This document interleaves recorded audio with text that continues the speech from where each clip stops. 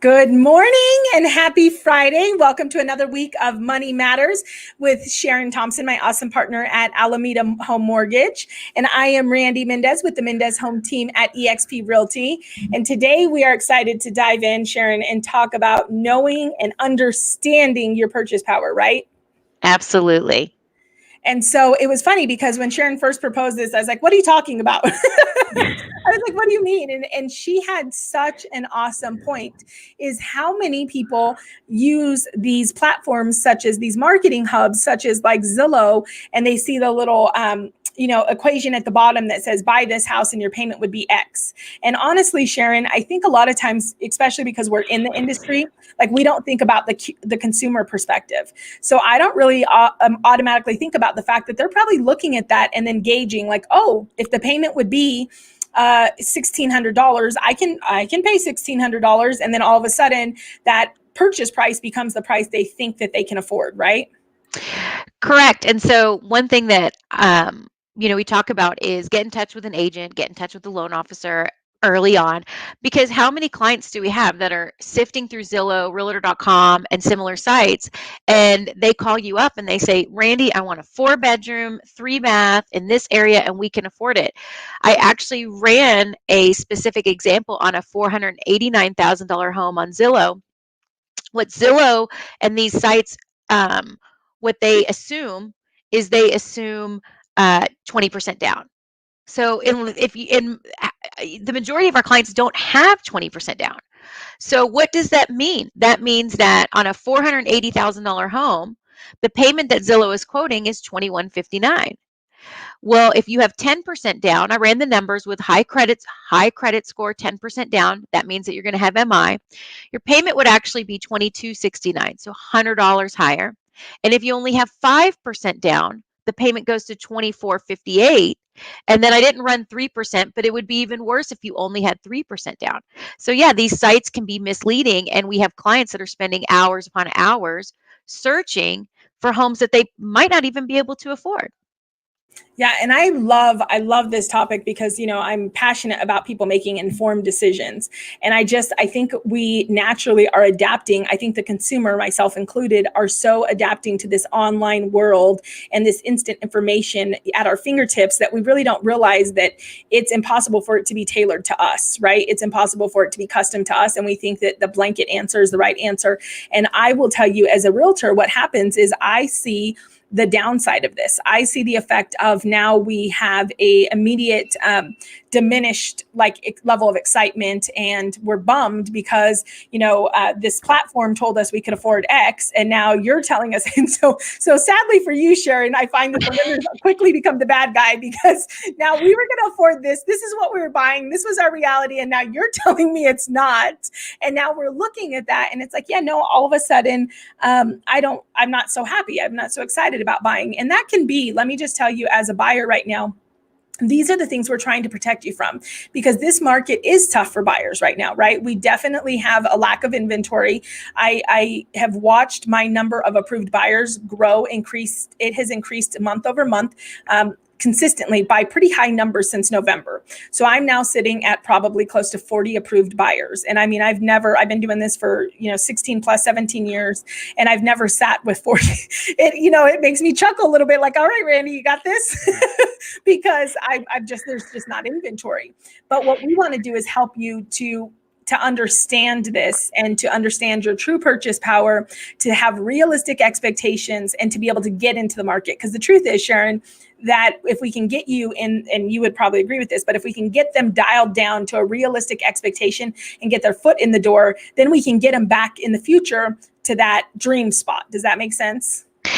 Absolutely. Absolutely. It is hard conversations that we have to have with our clients, myself and you included, when they come to us with big dreams and they say, I've been looking on realtor.com for the last 6 months and I'm ready to pull the trigger.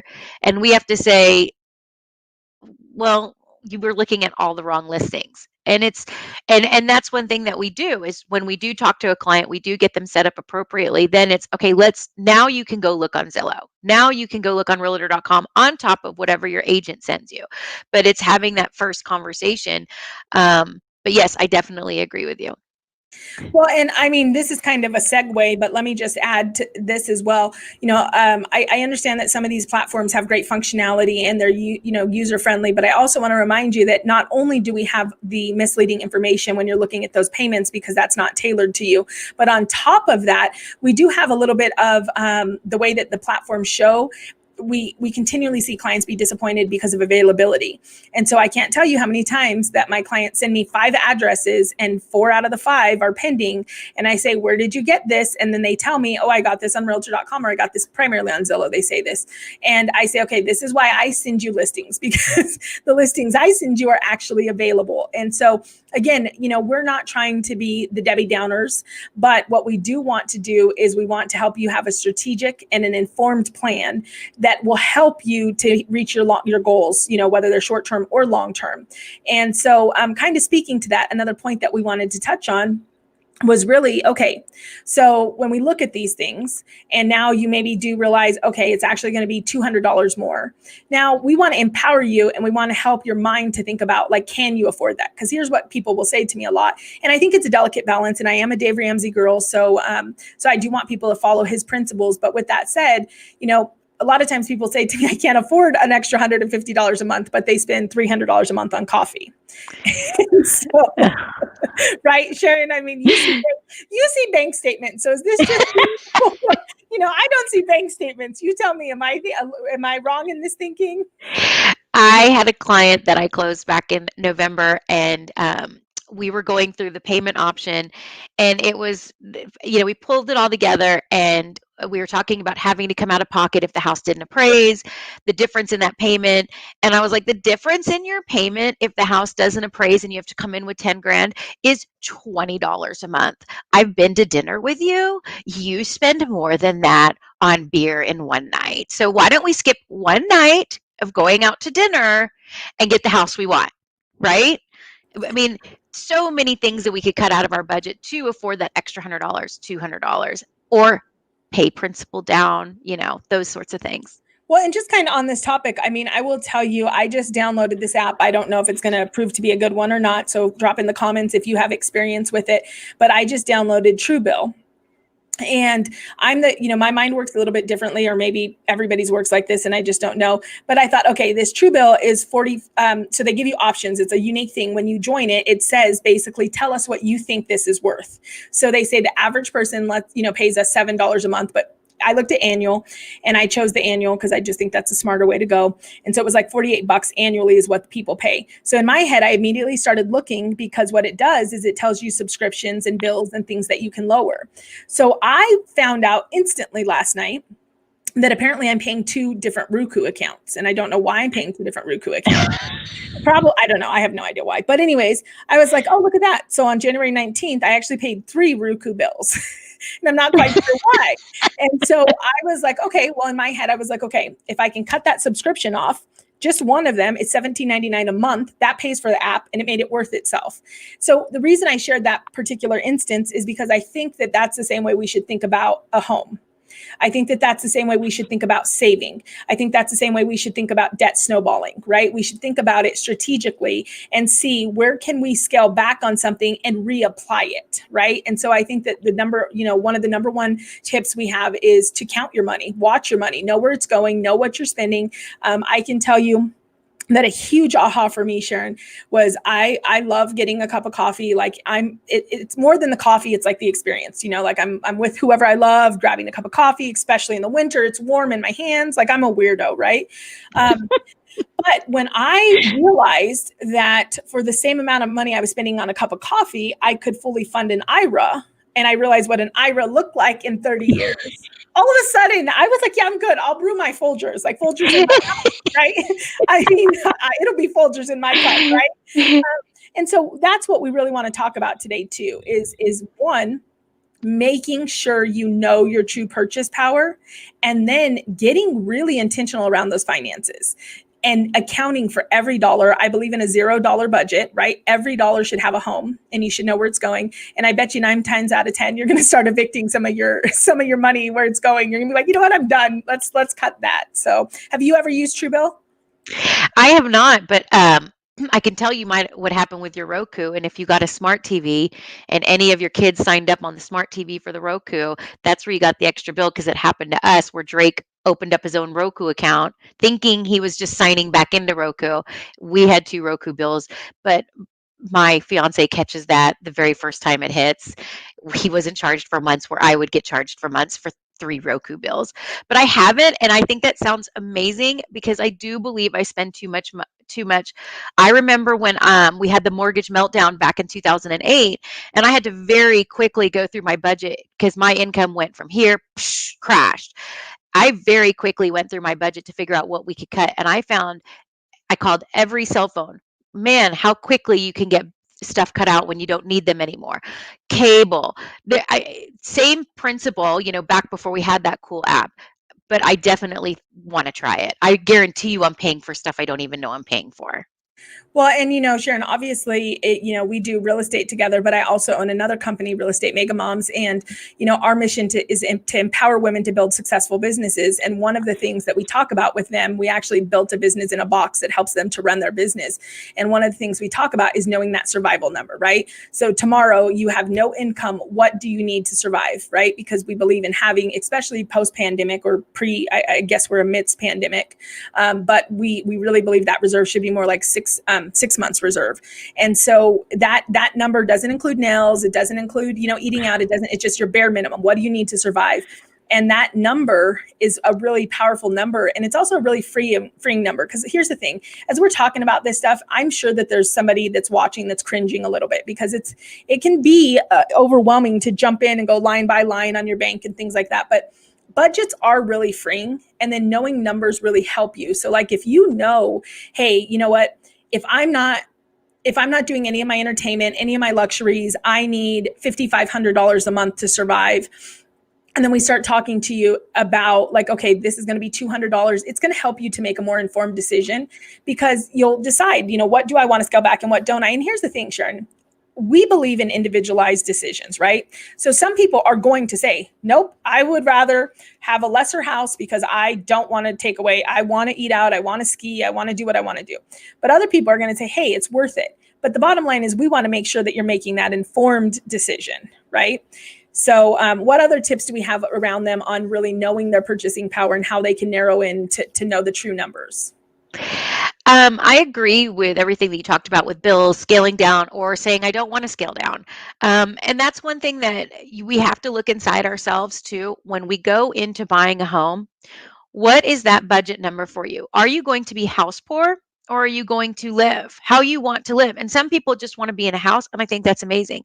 I have multiple clients that also say, I'm not giving up the dirt bikes. I'm not giving up the four-wheelers. I'm not giving up the RV. Okay, then this is your budget.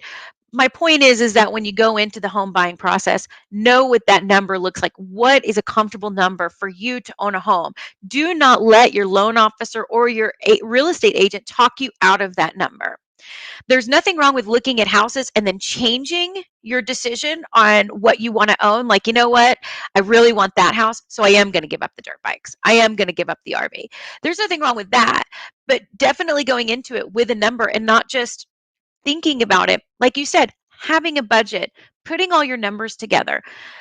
And like I said, don't let your real estate agent or your loan officer talk you out of that budget, because you don't want to wake up one morning and be miserable because you bought too big of a house for your true lifestyle. And I think that that's huge when we talk about purchase power, is before you go and have a conversation with a real estate agent. I think you know as well as I do that somebody could call us up and say, my budget's about $1,500 a month. I know right off the top of my head about where they're going to be for purchase price. I'm like, how many bedrooms do you want for $1,500 a month? So it's like right off the top of my head, I can come pretty close to what their purchase power is when they tell me that number. So then I can have that realistic conversation with them. Okay, you have $1,500 a month. What size house do you want? Okay, sometimes that matches. 90% of the time it doesn't. And so then that's when we have to say, how bad do you need that 4-bedroom? How many kids do you have? So knowing your purchase power, knowing your budget before you go into it is huge for financial success in the future.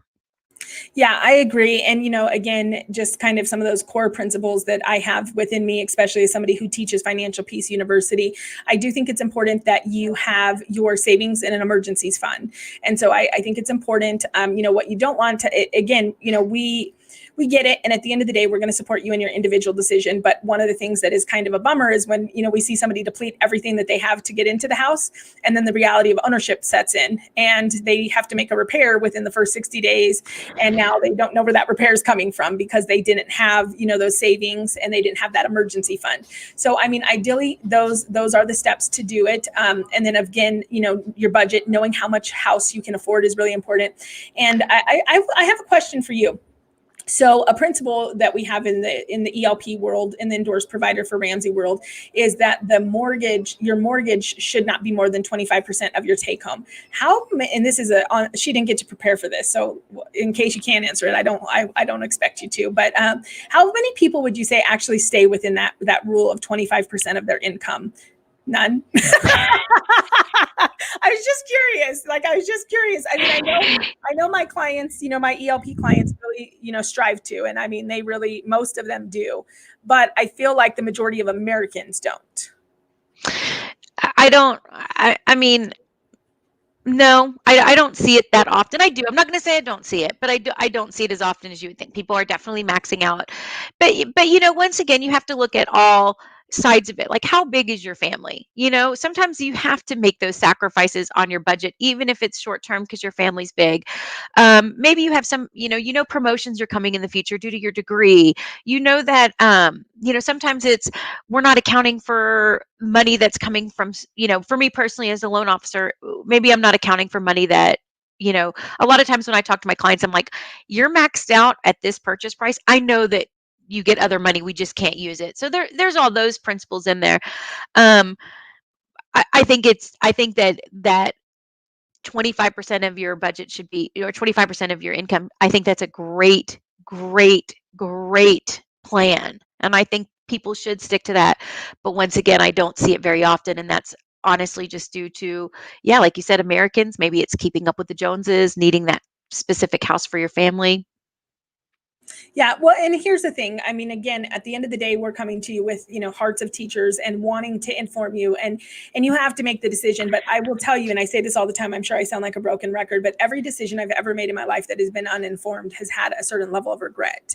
And I'm sure it's also, I mean, obviously it's also had a certain layer of learning. But a lot of times, especially when you're making financial decisions, it's nice to not have the learning curve after the fact. So we just want you to understand those moving parts. And we really want to do, here's the thing, and I would say that this is the most for most agents and most mortgage officers out there. We're not looking to shove people in homes. We're not looking for people to, it's not about the transaction to us. And we want to put people in good positions. And so kind of our message, I feel like our message is pretty much the same. We're bringing you different information every week, but our message is the same. Find that local realtor you trust, find that local mortgage professional that you trust, and be transparent, be vulnerable, open up the numbers, the bank statements, look at stuff, evaluate stuff. At the end of the day, the one thing that I hear over and over is we're just going to wait, or we're going to save up more, or we're going to do this. And listen, going at a destination with no map gets you nowhere.